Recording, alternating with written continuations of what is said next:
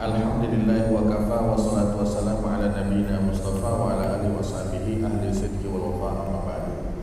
Hadirin sekalian, ikhwati al-hibbah, jamaah taklim Sekretaris Kerja PT Denso Indonesia, semoga kita yang berada di sini selalu dirahmati, diberkahi dan dicintai Allah Subhanahu wa taala.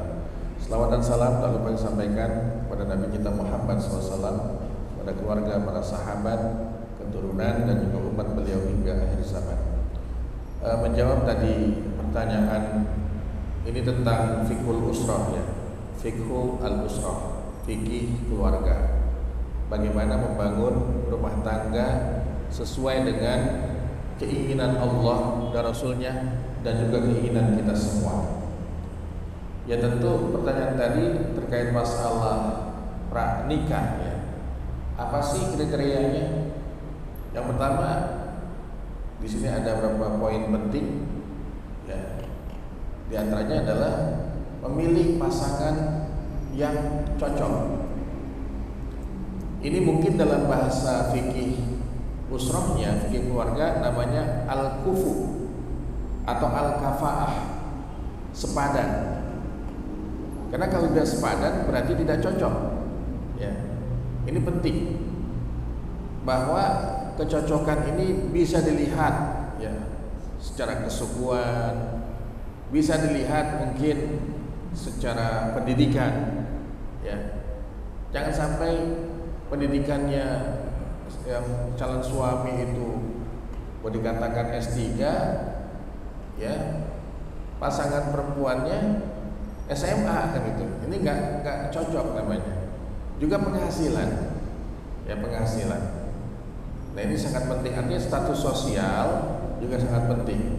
Itu untuk melihat kecocokan dalam pasangan rumah tangga. Yang kedua adalah menerima satu sama lain. Maka kalau tidak ada kesepakatan ya, soal kekurangan kan itu manusiawi. Watak beda itu manusiawi, mana ada manusia wataknya sama. Yang penting ya harus sama-sama menerima kelebihan dan kekurangannya. Yang ketiga, punya rencana masa depan. Ini kita menikah, kita ketemu ya untuk apa nantinya? Untuk membangun generasi yang soleh, generasi Rabbani. Kalau bahasa Quran namanya generasi Rabbani, yaitu orang yang paham tentang agama, dia paham tentang ekonomi, dia paham tentang sosial politik dan seterusnya. Itu makna Rabbani ya. Jadi jangan sampai kita menikah ngikuti arah angin begitu saja. Ternyata kita harus punya rencana masa depan. Untuk apa? Membangun generasi Islami yang soleh dan bermanfaat. Kemudian yang keempat adalah saling sikoh, saling percaya. Jadi kita percaya bahwa pilihan inilah pilihan yang terbaik, ya Allah meridhoinya, Allah meridhoi kita semua ya. Jadi harus sama-sama sikoh. Kalau di awal sudah seuzon, nggak mungkin kita akan mendapatkan keluarga yang sakinah, mawaddah warahmah. Jadi sama-sama sikoh, apakah itu pranikahnya, setelah pernikahan harus sikoh ya. Kemudian yang kelima, siap terhadap konflik dalam rumah tangga. Tidak ada rumah tangga yang tanpa konflik atau bebas konflik. Rasulullah SAW sebagai panutan kita ya, ketika beliau sangat mencintai Siti Khadijah, bahkan Khadijah sudah tidak ada, sudah wafat, menyebut-nyebut di hadapan Aisyah.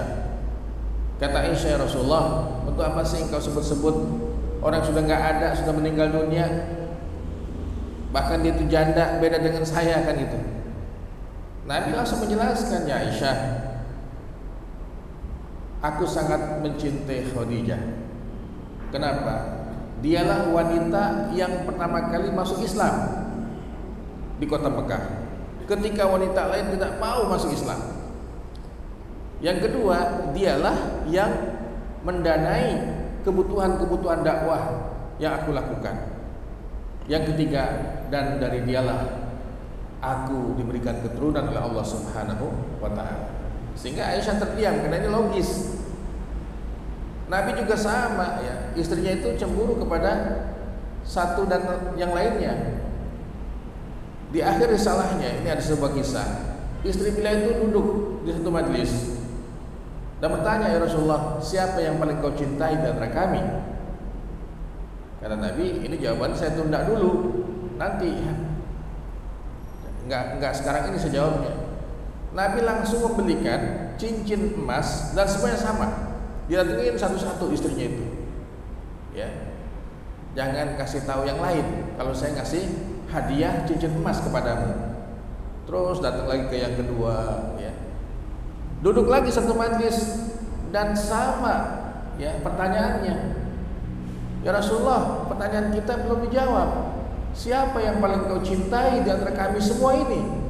Kata Nabi, yang paling aku cintai adalah dia yang mendapatkan hadiah cincin emas dariku. Dan semuanya kebagian. Ini kan konflik kalau banyak posnya ya. Banyak posnya, karena yang satu aja yang dibeliin, yang lain kagak. Nah ini Rasul pun ada masalah dalam rumah tangganya dengan Siti Aisyah, ya salah satu contohnya. Itu manusiawi. Jadi siap untuk menghadapi konflik di waktu yang akan datang ketika membangun rumah tangga. Yang keenam ini, menikah bukan hanya masalah birahi, bukan hanya kepuasan biologis, tetapi dia adalah sebagai ibadah di sisi Allah Subhanahu wa ta'ala. Maka orang yang sudah menikah, sisanya itu kata Rasulullah, bertakwalah pada Allah Subhanahu wa ta'ala. Allah a'lam bishawab. Itu mungkin. Ya. Baik, itu ya. Yang belum menikah di sini masih ada. Berapa orang? Alhamdulillah, kita doakan ya, mudah-mudahan cepat jadi dapat jodohnya. Yang sudah menikah, mudah-mudahan ya dapat ininya, tambahnya lagi. Amin. Jadi itu yang perlu diperhatikan ya, hal-hal yang perlu diperhatikan ketika kita mau menikah. Gak harus kita siapkan materinya, tapi kita siapkan juga mentalnya, yaitu bekal ilmunya, karena kita hidup nggak hanya buat 1 hari, 2 hari, tapi buat seumur hidup ke depan. Makanya pembahasan kita pada hari ini harusnya nggak tuntas nih. Bahas pranikah aja nih harusnya nanti ketemu sampai maghrib nih. Harusnya kita bersambung di episode berikutnya. Karena nggak mungkin kita mencari ilmu bekal untuk seumur hidup, tapi kita bahas dalam waktu 1 jam. Ya nggak? Sepakat ya? Nah, selanjutnya Ustadz, bicara ini kan banyak yang ada yang belum nikah juga nih sebagian. Ini sebenarnya kalau masalah percintaan ini, pacaran atau ta'arufan Ustaz? Kalau kita melihat prototipnya dari Nabi Muhammad SAW, itu kan ketika menikah dengan Ibunda Khadijah kan, Ibunda Khadijah menyampaikan rasa sukanya melalui ART-nya ya, melalui asistennya ya. Nah ini termasuk bagian dari ta'aruf juga atau bagaimana, dan bagaimana nih menanggapinya di zaman sekarang? Karena kan kalau misalkan ta'aruf itu kesannya di mata orang tua, mohon maaf ya, itu seperti beli kucing dalam karung atau bagaimana. Ya. Tapi nggak menutup kemungkinan juga yang pacaran setelah berapa bulan pun mereka ribut dan sebagaimana gitu. Jadi nggak menjamin gitu. Bahkan yang ta'arufan juga sampai sekarang masih harmonis dan segala macam. Nah, mohon ini dijelaskan Ustaz, bagaimana Ustaz? Ya, jadi istilah ta'aruf ini kan sudah dikenal di kita ya. Kenalan kalau ta'aruf itu bahasa kitanya. Kalau pacaran kan jalan berduaan, sedangkan belum akad, belum sah. Nah makanya ta'aruf ini adalah menggunakan orang lain untuk diperkenalkan, yang kemudian itu lanjut dengan istilah khitbah. Apa itu khitbah? Diikat. Lamaran kan, engagement. Dipinang itu, jangan lama-lama. Nanti mentang-mentang ta'aruf masih diamati 1 tahun. Itu bukan ta'aruf, jatuhnya pacaran juga ya Pak. Ta'aruf itu artinya kita punya nawaitu, saya ingin berumah tangga. Maka saya mulai hari ini berikhtiar mencari usaha pasangan hidup saya insya Allah paling pas dalam pertimbangan kita sebagai calon suami. Nah ini kan sangat penting. Dari mana kita tahunya? Nanya kepada tetangga, nanya kepada temannya dia kan gitu, temannya calon. Silahkan. Nah ketika sudah mantap, diikuti dengan istikharah kita, pilihan pada Allah Subhanahu Wa Taala. Satu kali belum ada jawaban, lakukan sholat istikharah yang kedua, yang ketiga, insya Allah dikasih petunjuk oleh Allah Subhanahu Wa Taala. Itu usaha kita, ya. Jadi yang ada itu ta'aruf, berkenalan dan tidak lama-lama. Ada lagi istilah apa, LDR ya? Betul. Ya, long distance relation gitu ya, cinta jarak jauh lah gitu. Gimana sih, sama aja, ya. Yang tidak boleh kan khalwatnya juga, itu yang paling penting. Khalwat itu ketemu berdua-dua gitu, janjian kemana gitu, boncengan, itu termasuk nggak boleh. Ya karena belum dihalalkan. Maka melangkah langsung setelah ta'aruf menuju khitbah. Khitbah itu orang tua dilibatkan. Disitulah kita berkenalan lebih dalam lagi. Dia anak siapa, anak keberapa, orang tuanya siapa, tinggalnya di mana. Nah, ketika kita tahu dia ini hidup di keluarga yang baik-baik, itu ada hadisnya. Pilihlah wanita yang tumbuh di tengah-tengah keluarga yang dinamakan al-manbatul hasan. Tempat tumbuh dia tempat tumbuh yang baik. Orang tuanya religius, agamis, ibunya agamis, bisa baca Quran, paham ya apa ilmu agama. Nah, ini manbatul hasan, akhlaknya baik. Nah, ini kadang kita udahlah nanti aja, kalaupun dia belum berjilbab nanti setelah jadi, setelah akan saya akan jilbabin. Lah itu salah memilih. Ya belum tentu bisa itu. Ketika dia egois, ya apa-apa nggak boleh dipaksa. Mau bilang apa kita sebagai suami? Dan tidak sedikit ya para istri yang tidak mau pergi ke pengajian, padahal suaminya udah tegas ngaji sana, dia nggak mau ngaji. Ya. Ngaji jangan dipaksa, nanti kagak ikhlas jadinya. Ya bisa Andi yang ngomongnya itu. Ini penting bahwa ta'aruf itu akan lebih dalam lagi ketika dalam prosesi khitbah. Disitulah kita mendapatkan wanita yang tumbuh di keluarga yang baik, manbatul hasan. Ini sangat penting. Tidak ada yang namanya pacaran, ta'aruf aja langsung. Bukan berarti ta'aruf itu si calon laki-laki nggak ngelihat. Bahkan secara hukum fikih, wanita yang bercadar pun harus melepas ketika di prosesi khitbah. Di sana pihak keluarga perempuan, sini pihak laki-laki. Ini calon suami ngelihat ke wajahnya. Nazar ya Ustaz. Ya nazrah, boleh itu, wajib malah. Ketika ada sahabat datang ketemu Nabi, dari mana kamu? Saya habis melamar Rasulullah. Siapa? Si fulana. Hal nazarta ilaiha, kamu lihat mukanya? Kagak katanya. Irji ilaiha, balik lagi ke sana. Lihat mukanya. Bahkan kalaupun dia pakai kaos kaki, Pak ya, kaos kaki itu boleh secara hukum fikih dalam pandangan jumhur ulama, kesepakatan ulama, dia tidak pakai kaos kaki. Jadi menampakkan sengaja telapak kakinya dan kedua telapak tangannya. Karena kata Imam Syafi'i kalau tangannya sudah mulus, insya Allah sisanya itu akan ikut mulus gitu katanya. Akan ikut begitu. Fakis alal baqi, kiaskan sisanya insya Allah dengan tangannya yang mulus, kakinya mulus, semua bagian yang ditutup dengan aurat itu adalah mulus begitu. Ya nggak boleh Pak dibuka semua sampai dibuka jilbabnya gitu ya. Kemudian ketika nazrah begitu memandang itu nggak boleh dia cerita kemana-mana, itu rahasia ya, rahasia. Jadi tidak ada istilahnya ta'aruf itu langsung jadi, apalagi temennya ya. Temennya udah ente mah istiqoh aja sama saya gitu. Kalau saya bilang cantik pasti muttafaqun alaih katanya cantiknya. Wah sampai begitu. Jangan, kan yang menikah dia, kita sebagai fasilitator aja, perantara saja. Tetap dia harus melihat. Nggak boleh si calon laki-laki itu tidak melihat ya calon istrinya itu. harus melihat, ya. Dan ketika sebelum ketemu langsung itu kan ada nulis biodata ya, biodata, CV lah gitu ya, CV.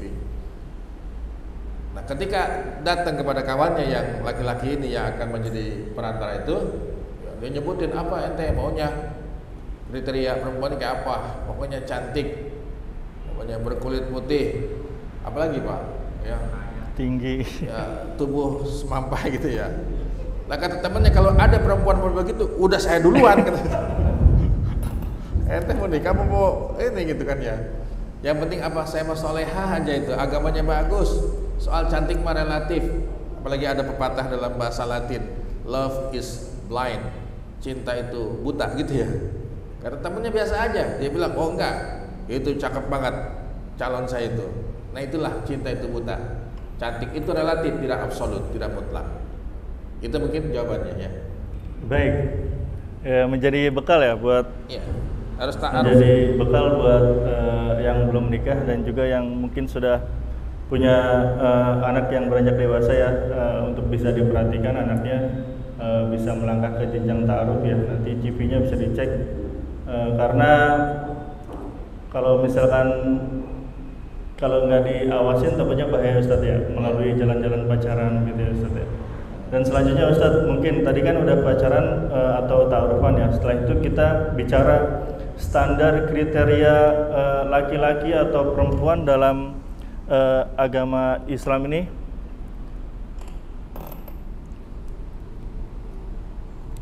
Cek baterainya habis.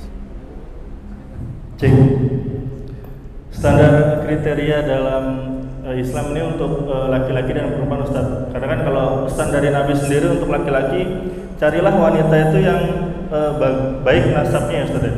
Nasab, terus lihat dari kekayaannya, dari kecantikannya, dan dari agamanya. Tapi di antara itu semua pesan Nabi yaitu pilih agamanya. Walaupun ada seorang budak berkulit hitam yang tidak ada pemisah hidungnya, maka itu dan agamanya baik, maka itu lebih baik. Dan pesan daripada Nabi untuk laki-laki, untuk perempuan ini ditujukan kepada ayahnya kalau nggak salah ya.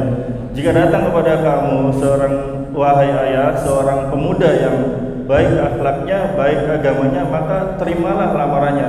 Kalau tidak akan diterima, pasti akan terjadi kerusakan di muka bumi. Yang dimaksud para ulama adalah perceraian dan segala macam, mungkin bisa berbuat macam-macam anaknya ya. Mungkin standar kriteria yang dimaksud saat ini seperti apa Ustaz? Atau misalkan kalau laki-laki kalau azan ke masjid, kalau perempuan ini bagaimana? Mungkin buat bekal teman-teman kita yang belum nikah atau para orang tua di sini yang ingin mencari calon untuk anaknya Ustaz. Baik, jazakallahu khairan. Jadi terkait kriteria pilihannya jodoh itu, ini kan hadisnya berkaitan dengan wanitanya. Kenapa begitu? Sebab laki-laki yang memilih kan, bukan perempuan. Perempuan itu pasif, yang aktif itu laki-laki. Ya, sebab kalau dibalik tabu Pak, masa perempuan nyari calon suami kan gitu. Itu kan tabu lah dalam masyarakat manapun, kecuali orang tua dengan orang tua. Kalau langsung itu kan nggak bagus gitu loh. Makanya hadisnya apa? Tunkahul mar'atu li arba'in. Wanita itu dinikahi dengan 4 alasan. Yang pertama apa? Li hasabiha, keturunannya.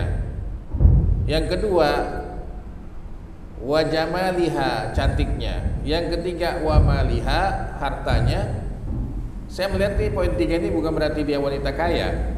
Mana ada anak gadis kaya, langka lah ya. Wa maliha maksudnya sini, dia bisa mengelola keuangan keluarga gitu loh. Dia bisa nyari tambahan, meringankan beban suami, itu wa maliha. Yang keempat, wa diniha, agamanya. Tetapi agama disebut belakangan ya. Tetapi Nabi mengingatkan kita, fasfar bizatid din, taribat yadaka. Utamakan wanita yang agamanya bagus, maka kamu akan akan ringan. Taribat yadaka itu di tangan kita halus, nggak kapalan. Tanda orang kapalan apa? Dia kerja keras kan, bagaimana mendidik istrinya. Makanya agama ini penting. Kemudian analisa hadis ini, 3 poin pertama ini akan hilang dimakan waktu. Coba aja, ketokohan ayah, udah meninggal ayahnya itu, oh dulu ayahnya tokoh itu waktu masih hidup, udah lewat Pak. Apalagi cantik, emang ada nenek-nenek 70 tahun cantik gitu? Lewat dimakan waktu. Maliha, harta juga akan hilang habis. Tetapi agama ini akan kita dapatkan sampai mati Pak. Makanya ketika Ibnu Abbas menafsirkan doa Rabbana atina fid dunya hasanah wa fil akhirati hasanah, kata hasanah adalah wanita soleha. Wanita soleha yang kita dapat. Makanya bagi yang masih bujangan ini, ya, karyawan di sini, kan ada akhwat juga sini, betul? Ada kan? Ya, melihat wah bagus, dia rajin sholat, kelihatan baik, akhlaknya baik, ya udah. Itu mah jangan lama-lama dibiarkan gitu ya. Karena ta'aruf juga bisa saja kita melihat itu kan, karena tempat kerjanya sama, melihat, ya, udah pilih aja itu, ya. Nanti laporan sama DKM saya serius nih, ya, ingin berumah tangga. Nawa itu penting, nawa itu, ya, nawa itu sangat penting. Jadi Rasulullah berikan tadi kriterianya. Di dalam hadis lain, tazawwaju al-wadud al-walud. Nikahilah wanita yang lembut. Ya. Ngomongnya lembut, ya, sikapnya lembut. Itulah ciri wanita kan, lembut. Ya. Wal walud, yang banyak keturunan. Antum jangan batasi nanti itu anak cuma 2. Atau udahlah sekitar nikah yang penting punya anak 1 aja katanya. Kenapa Nabi menganjurkan anak banyak Pak? Nah ini pepatah ya, banyak anak banyak rezeki. Kalau banyak istri, iya. Nah itu tinggal antum yang menafsirkan lah. Jadi banyak anak, dia setiap anak itu bawa rezeki masing-masing, pintu buat kita. Makanya al-walud, nikahi wanita yang itu punya keturunan banyak. Kalau kita nikahi anak bungsu umpamanya, anak ke-12. Anak keberapa istri antum? Anak ke-12 nih. Ya udah, bakalan banyak anaknya itu insyaallah. Karena genetika bisa dibaca dari situ. Jangan kita takut gitu loh. Saya cuma kerja di Denso, nanti gimana untuk menafkahinya. Insyaallah itu akan dibuka oleh Allah Subhanahu wa taala. Ya pengalaman kawan-kawan waktu baru nikah, masih punya kendaraan roda 2 ya, baru ya. Ya udah gitu, punya anak kedua, ketiga, punya mobil dia. Ya kita terpaksa harus punya mobil tuh, udah gak muat itu ya. Ada aja jalan itu, ada jalan itu semuanya. Ya, jadi inilah wanita soleha dalam bahasa agama. Cari wanita yang soleha, lihat kedua orang tuanya. Kalau orang tuanya bermasalah, maka ini akan berimbas kepada kehidupan anaknya. Kecuali kita pantau dengan baik, ya, detail. Ya dia sekalipun orang tuanya broken home, tetapi ini beda ini. Ini anak yang baik sekali ini. Itu juga bisa dijadikan pilihan. Ya. Oleh sebab itu Rasul sudah memberikan kriterianya. Bagaimana dengan laki-lakinya? Sama, tinggal dibalik aja kata gantinya. Kalau tadi li jamaliha, ini li jamalihi, gantengnya kan gitu. Sama itu, sama. Ya, pokoknya dia itu anak masjid. Kelihatan sholat 5 waktu di masjid tuh. Sekalipun dia orang yang pas-pasan Pak ya, kan gini dilematis loh pilihan itu. Dilematis biasanya. Ada orang kaya tapi tidak soleh, ya kan? Ada orang susah tapi soleh banget ini dia. Agamanya bagus, pintar ngaji, ya. Terus datang ke majelis ilmu, ngaji di majelis ta'lim itu enak dia itu, seneng gitu. Nah kita sebagai orang tua nih, contoh ya, pilih yang mana nih kalau ada punya menantu kayak begini modelnya? Kaya tidak soleh, miskin tapi soleh. Nah, itu jangan yang pilih kaya yang soleh. Yang kaya yang soleh. Ini pertanyaan yang ketiga, gitu. Yang kaya dan soleh, kalau itu ada, saya duluan kan gitu. Buat jadi menantu saya itu Pak. Ya. Nah itu mungkin hidup dilematis, tapi agama itu sangat penting. Karena orang yang soleh nggak akan miskin Pak. Nggak akan miskin itu. Kalaupun kelihatannya susah secara duniawi, dia adalah orang kaya secara batin. Al-ghina ghina nafsi. Kasus hari ini yang sedang breaking news ya, selebritis itu. Apa sih kurangnya Pak? Bahkan dijuluki the second sultan, ngikuti Raffi Ahmad. Terjadilah sesuatu yang kita duga-duga. Apalagi dulu akad nikah sampai depan Ka'bah ya. Lah mendingan antum di musola coba. Di musola tapi rumah tangganya rukun dan tahan lama. Itu yang harus kita inikan ya. Kita pegang baik-baik. Itu secara kriteria pilihan kita harus sesuai dengan ketentuan hadis. Baik Ustaz. Minimal kalau laki-laki setiap azan langsung ke masjid gitu. Iya. Untuk yang perempuan dilihat dari pakaiannya mungkin Ustaz ya. Rapel tertutup Bisa. mungkin Ustaz ya. Baik Ustaz, yang berikutnya Ustaz, mungkin sebelum saya lanjutkan dari jamaah ada yang ingin bertanya karena kita sudah siapkan hadiahnya. Silakan. Ayo, yang bujangan Ada? atau bapak-bapak yang sudah punya anak yang beranjak dewasa ingin bertanya. Ya, silakan Pak, maju ke sini Pak, sekalian ambil ini Pak, gelasnya Pak. Sini Pak. Ayo Pak. Ayo Pak Erwin, sini Pak Erwin, silakan Pak Erwin. Kita berdiri di sini Pak Erwin. Ayo Pak Erwin. Iya, nanya di sini aja Pak Erwin. Nanti sekalian ambil gelasnya. Ayo. Jadi kita di sini santai aja mungkin gajiannya. Ayo Pak Erwin, silakan. Erwin, betul. Mohon maaf, berdiri di sini Pak Erwin, biar masuk ke frame kamera.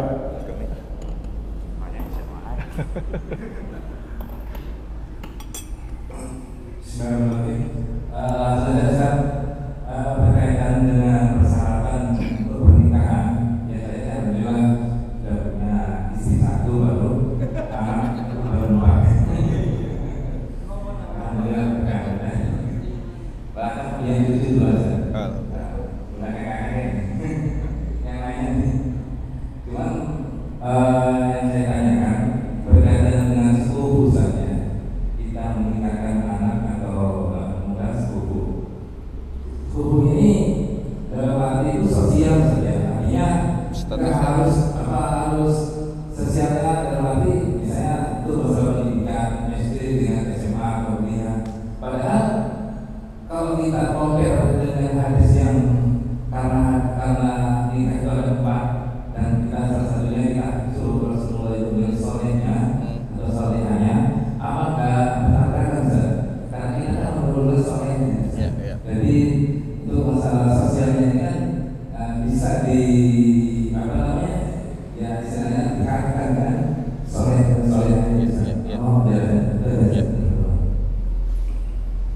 Syukran Pak Erwin, jazakallahu khair. Silakan kembali ke tempatnya Pak Erwin, terima kasih.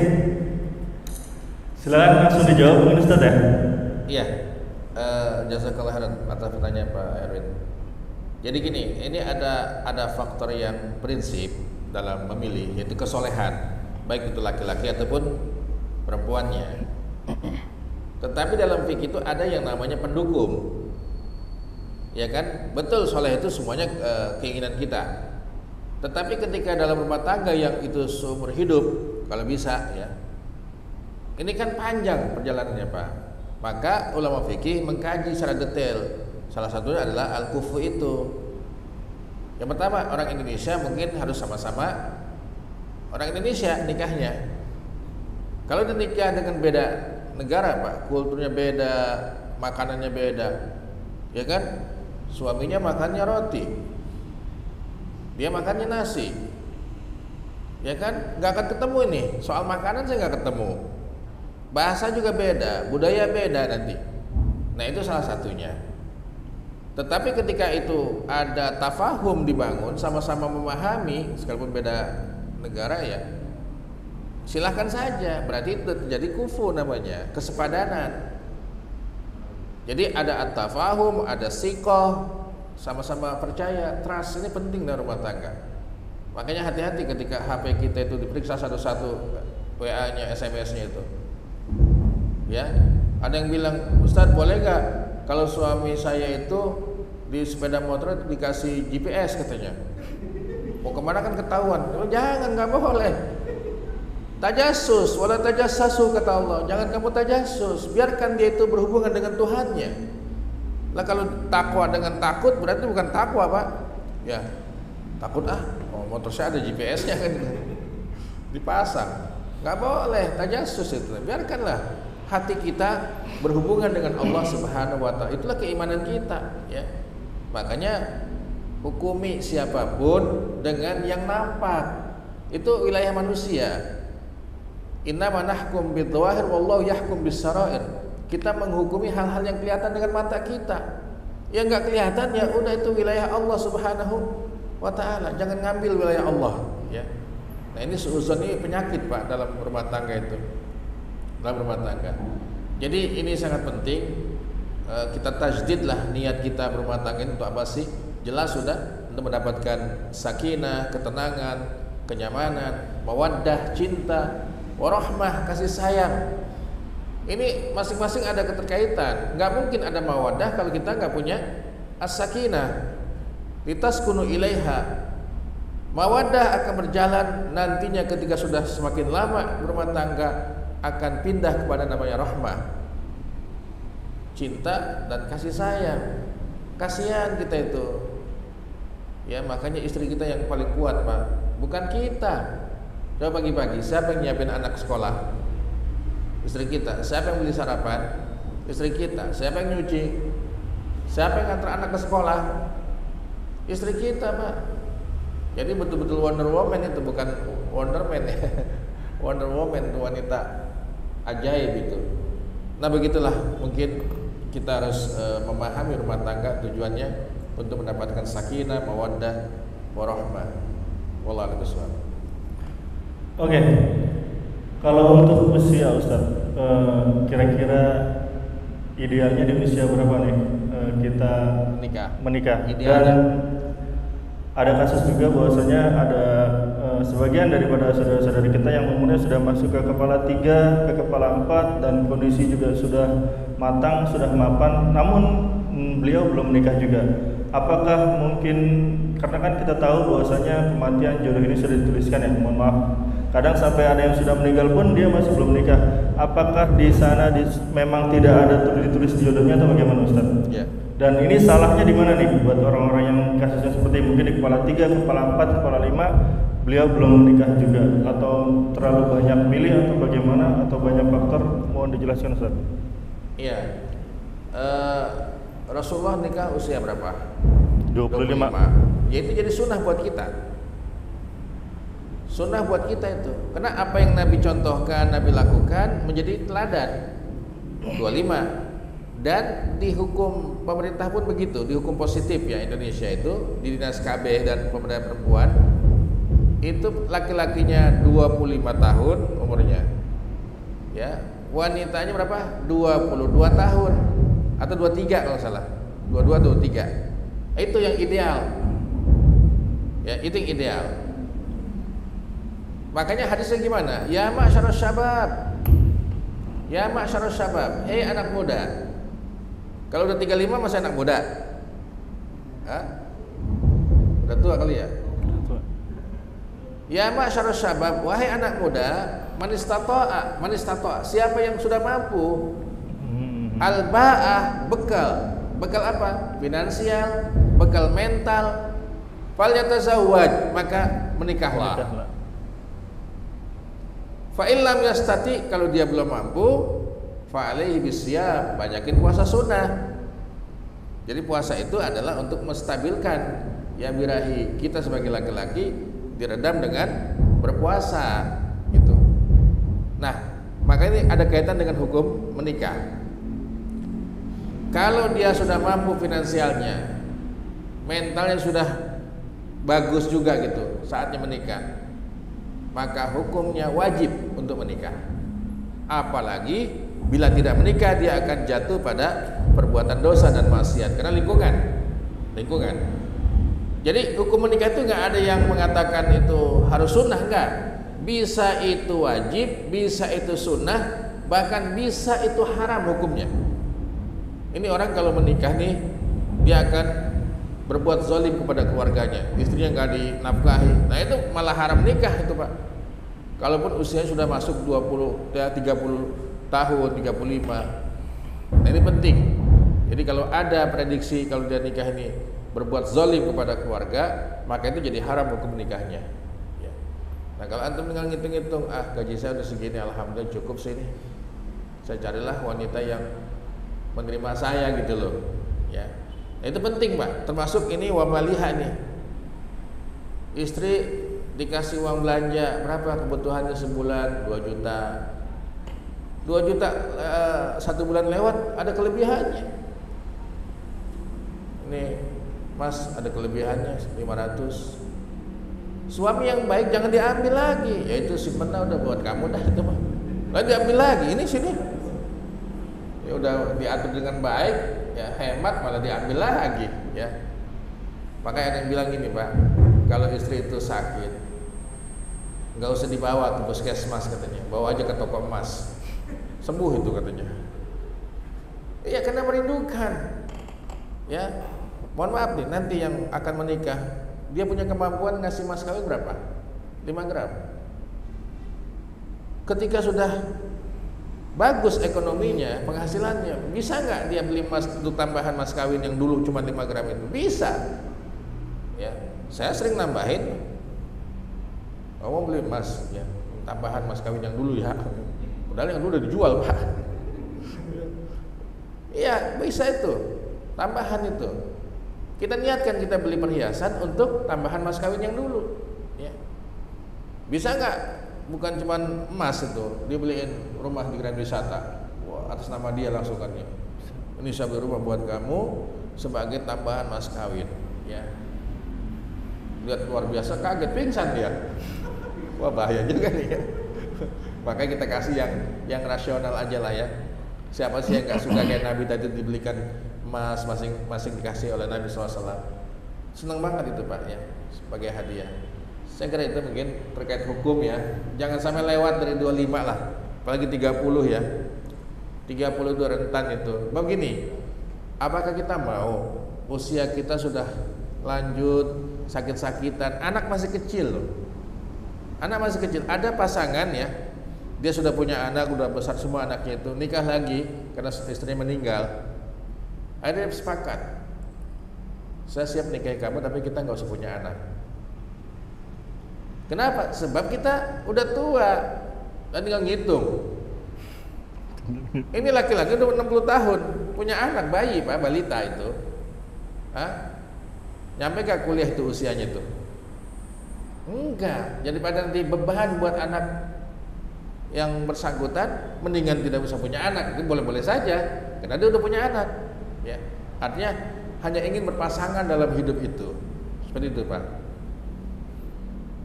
Baik, kita udah bahas banyak ya. Yang pertama hal yang harus diperhatikan ketika sebelum kita melanjutkan ke bahtera yang namanya rumah tangga ya. Siapkan mentalnya, ilmu pengetahuannya. Lalu berikutnya kita kalau bisa melalui jalur yang ta'aruf. Lalu berikutnya juga tadi sudah dijelaskan standar kriteria pasangan yang baik itu bagaimana.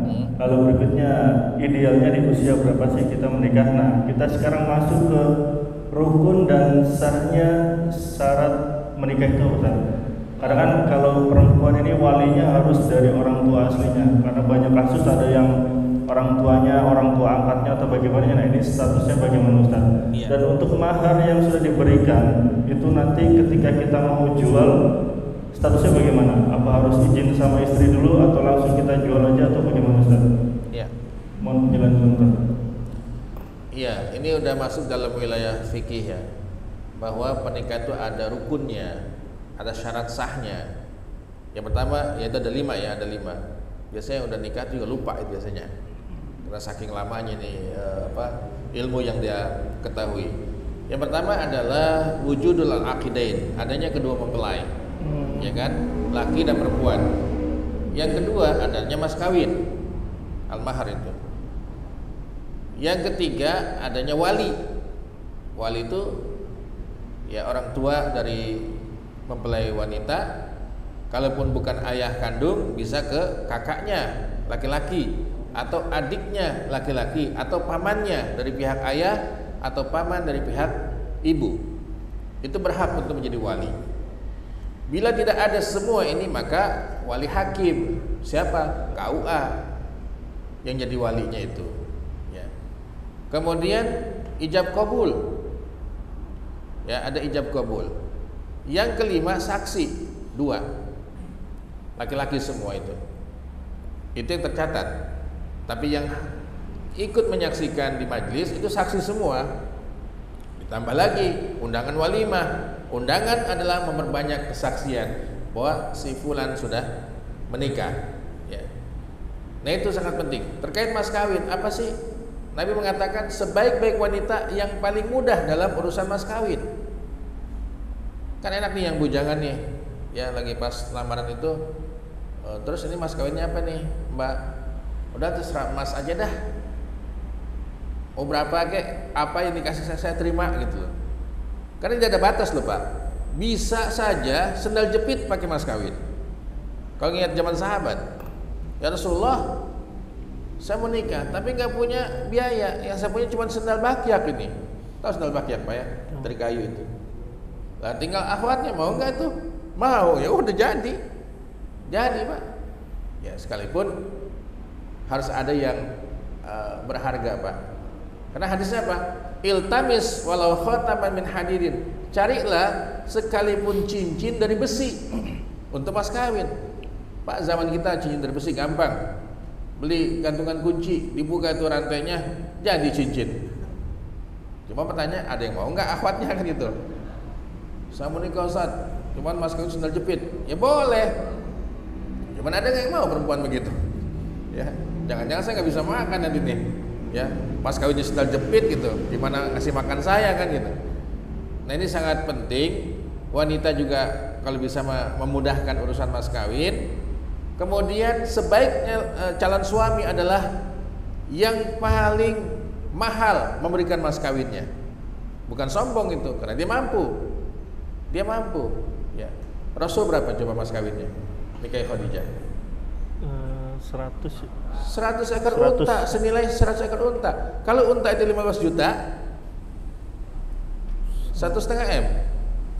Itu baru mas kawinnya aja. Bukan Nabi itu mencontohkan yang sulit buat kita. Ada Nabi mampu karena pamannya pun membantu. Pamannya suku Quraisy itu, ya Muhammad, ini Khadijah, orang paling terhormat di Mekah ini, harus seimbang.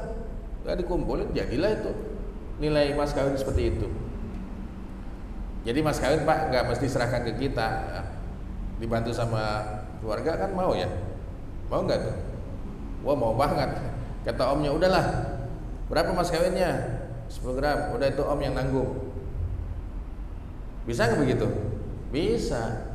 Ya, makanya penting nih paguyuban keluarga itu ya. Mau nikah kita dibantuin. Nanti ketika anak dia nikah kita juga ikut bantuin. Itu dalam adat kita seperti itu. Itu cukup bagus itu saling membantu.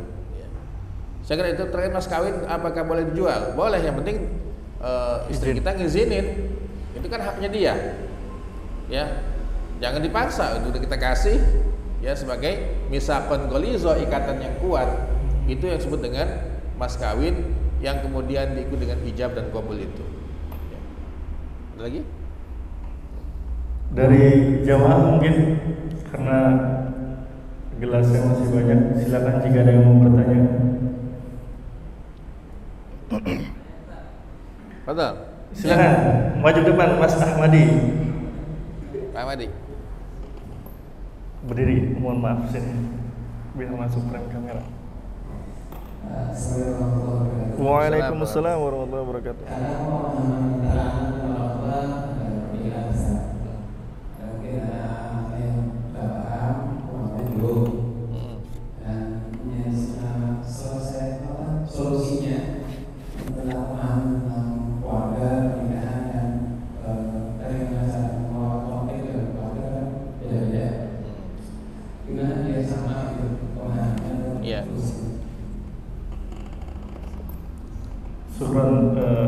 Mas Ahmadi. Nah, bagaimana Ustaz? Ketika kita menghadapi sebuah masalah di dalam rumah tangga, menghadapinya bagaimana? Jadi dalam ukuran menikah itu kan Rasul yang menjadi modal kita ya. Tadi kan wanita dinikahi dengan apa? Empat hal, 4 kriteria. Salah satunya adalah agama, kesolehan. Ini orang solehah dia itu. Ya, kita udah seneng, mau juga. ayah kita nggak setuju atau ibu kita nggak setuju, kita pahamkan, ya. Terus ya sambil doalah, semoga Allah membuka mata hati ayahku, ibuku, sehingga bisa menyetujui aku menikah dengan wanita itu. Kalaupun ini juga dicegah juga, bolehkah kita tidak taat? Boleh. Dalam bab ini, la ta'ata li makhluqin fi ma'siyatil khaliq. Apalagi dia awam ya, Pak, orang tua tuh awam. Ya, kamu harus nikah sama itu tuh, dia tuh orang kaya anaknya tuh. Udahlah, jangan kayak ayah udah miskin 7 keturunan katanya. Emang kamu miskin lagi katanya. Nah, kalau itu sudah salah, Pak, penilaiannya, agamanya. Dan dulu banyak kasus-kasus begini, Pak, saya melihat. Akhirnya udahlah, mohon maaf, saya akan tetap menikah sama dia. Kalaupun ayah tidak ikut, ya itu pilihan ayah. Alhamdulillah, Pak, pas punya anak, paling sayang sama menantunya itu. Paling sayang sama menantunya. Ya. Yang susah kan perempuan nih. Ketika udah jatuh cinta sama calonnya, dia kan ada hak kewalian. Ya kan? Nah, ini harus panjang nih. Kita pun membantu sebagai calon suaminya itu, membantuin. Datang nggak apa-apa, kita didaprat juga biar aja gitu. Ya, datang lagi, nanti juga luluh juga hatinya. Itulah perjuangan, ya. Itulah perjuangan untuk mendapatkan mutiara, kita terus menyelam ke dasar laut gitu ya. Baru digituin udah nyerah kita. Jangan, Pak. Ya, asal jangan putus asa. Ada konsep apa? Cinta ditolak, dukun. Nggak usah ke dukun, antum ngapain? Terus aja perlihatkan kebaikan kita itu di hadapan ya orang tuanya itu. Ya, nanti kedua belah pihak usaha membujuk, meyakinkan, waktunya pas, insya Allah itu akan terbuka. Ya. Nah, itu ada mungkin pengalaman masing-masing seperti itu. Kenapa sih pakai ta'aruf segala? Emang udah kenal? Ya, nanti ini kan perjalanan panjang katanya ke depan, bukan cuma sebulan 2 bulan. Ya kita juga tahu, Pak, menikah pasti untuk jangka panjang kan gitu ya. Nah, itu mungkin lihatlah ya, kalau itu orang tua tidak setuju tapi tidak sesuai dengan kaidah agama, itu boleh, Pak, boleh. Tetapi kita jangan juga membangkang. Setelah akad nikah jadi, datenginlah, bawa ke orang tua, ya kita salaman, cium tangan, ya. Insya Allah nanti suatu saat juga akan ini, Pak, orang tua pasti ngalah lah kalau anaknya udah kelihatan baik. Emang ini anak udah cinta mati kayaknya nih gitu. Udahlah, saya sebagai orang tua saya ngalah, Pak. Dan biasanya itu kalau udah punya cucu tuh, kalau udah punya cucu pasti dia ngaku itu menantunya itu. Jadi aku menantunya, ya. Dan itu banyak kisah-kisah begitu tuh. Ya. Saya tutup dengan pengalaman saya udah punya menantu ya. Saya lagi kondangan, Pak. Itu kebetulan menantu saya anaknya Ustaz Najullah, almarhum Kiai. Saya pulang di jalan langsung nanya, ini kita kondangan dulu ya, kapan kita dikondanginnya itu ya? Ya udahlah, itu cari misi, kakak udah mau selesai katanya di UPI. Nah, karena saya nggak mungkin ke ibunya langsung, ya. Ayah udah almarhum. Saya telepon Ustaz Hidayatullah, pamannya, Ustaz, tadi ada kondangan ketemu Ayas, bilang gitu. Ayas sudah punya calon belum ya? Setahunan belum, Ustaz. Emang kenapa katanya? Bisa nggak kita besanan kan itu? Ana setuju sekali, langsung jawab pamannya. Ana setuju sekali, Ustaz. Nanti Anda telepon ibunya. Ibunya langsung, Ustaz Aib minta ya Ayas untuk menjadi menantunya beliau. Ya udah, kalau saya minta makanya ketemu tuh. Jadi nggak lama pengamatan tuh, nggak ada pengamatan yang lama. Di kondangan ketemunya gitu. Malah yang lama mengamati jadi kagak jadi ya. Ya bismillah, mudah-mudahan kita doakanlah anak kita itu dia langgeng rumah tangganya. Ya. Nah ini kalau kita sudah punya pilihan, orang tuanya baik, ya udah itulah gitu, jadikan ukuran. Ya. Nah ini antum ketemu di mana waktu berjodoh itu? Ya. Anak lagi diangkut saat katanya. Ya udah. Itu jaga ya kedepannya menjadi jodoh yang langgeng dan abadi insyaallah selama hidup di dunia ini. Wallahu a'lam bishawab. Baik, cukup ini ya, sebenarnya kompleks ya masalahnya kalau kita bahas rumah tangga ya, banyak faktornya, dari orang tua, nggak dari orang tua, yang mungkin dari adik ipar kita, dari kakak ipar kita, kalau nggak dari kakak ipar kita, dari orang tua kita sendiri ya Ustaz ya. Terakhir nih Ustaz, ini kita baru masih bahas pranikah nih, belum bahas ke nikah, karena nanti di nikah ada definisi pernikahan, mungkin ada tujuan daripada pernikahan itu sendiri, bagaimana cara pondasi-pondasi membangun menjadi keluarga Islami, lalu bagaimana mengatasi apabila ada permasalahan-permasalahan yang ada seperti yang tadi ditanyakan. Terakhir mungkin pranikah kita bahas walimah Ustaz ya. Nah, walimah di zaman Nabi itu bagaimana Ustaz? Karena kan pernikahan ini adalah suatu ibadah Ustaz.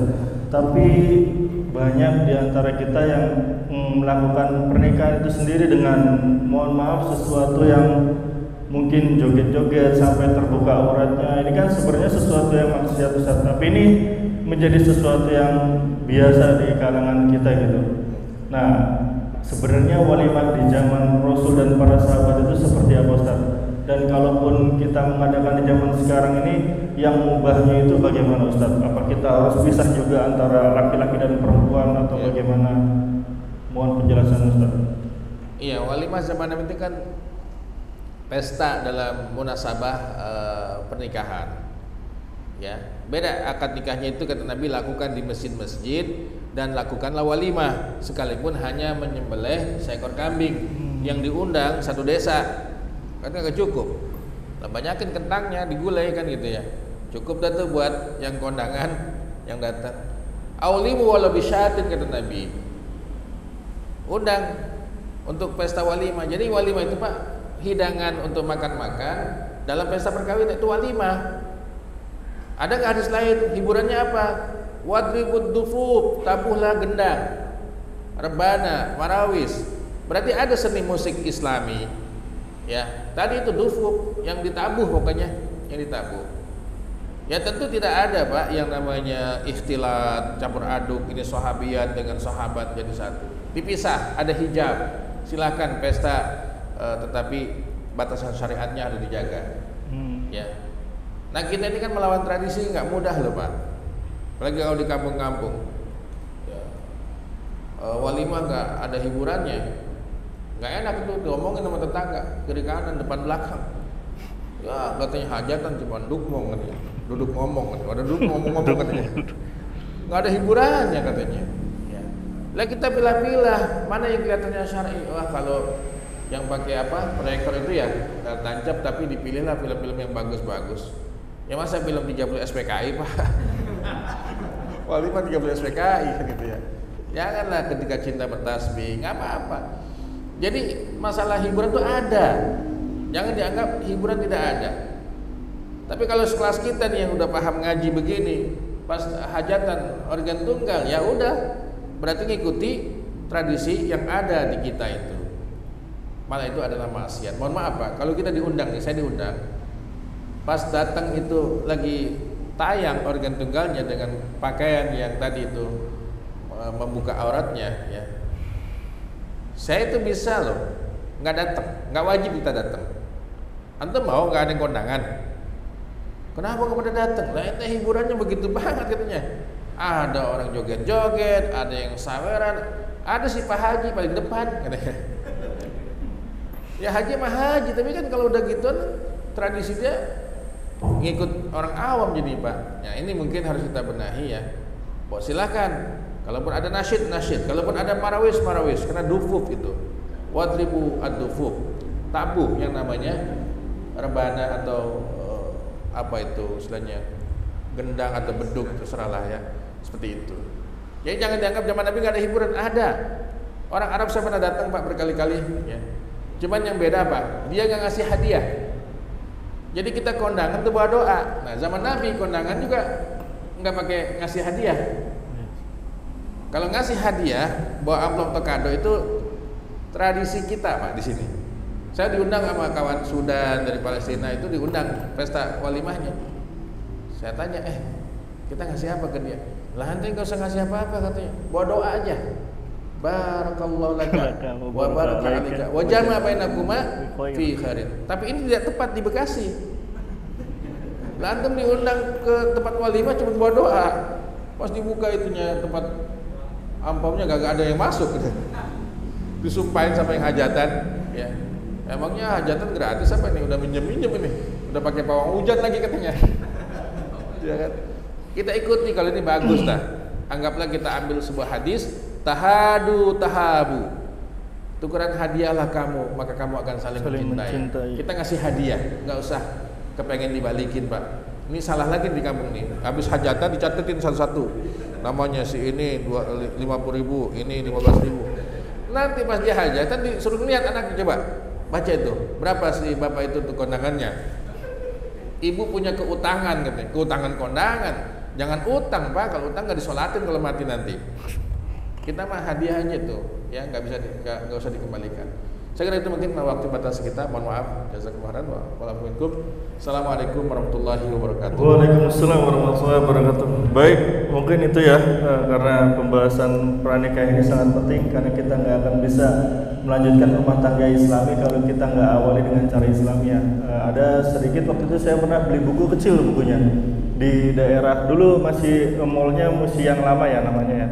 Itu cetakan tahun 1997, harganya bekas, buku bekas, dan itu cetakannya cacat. Dan di awal itu halamannya langsung 19 dan 20, tapi begitu saya dibuka di halaman pertamanya, bab pertamanya, yaitu judulnya kan 20 perilaku durhaka orang tua kepada anaknya. Begitu saya baca bab pertamanya, yaitu adalah perilaku durhaka pertamanya itu mencarikan salah pasangan buat calon anaknya gitu. Mungkin itu, semoga kajian pada hari ini bisa bermanfaat bagi kita semua. Kurang lebihnya saya mohon maaf, mungkin waktu juga sudah sampai azan maghrib. Wabillahi taufiq wal hidayah. Assalamualaikum warahmatullahi wabarakatuh.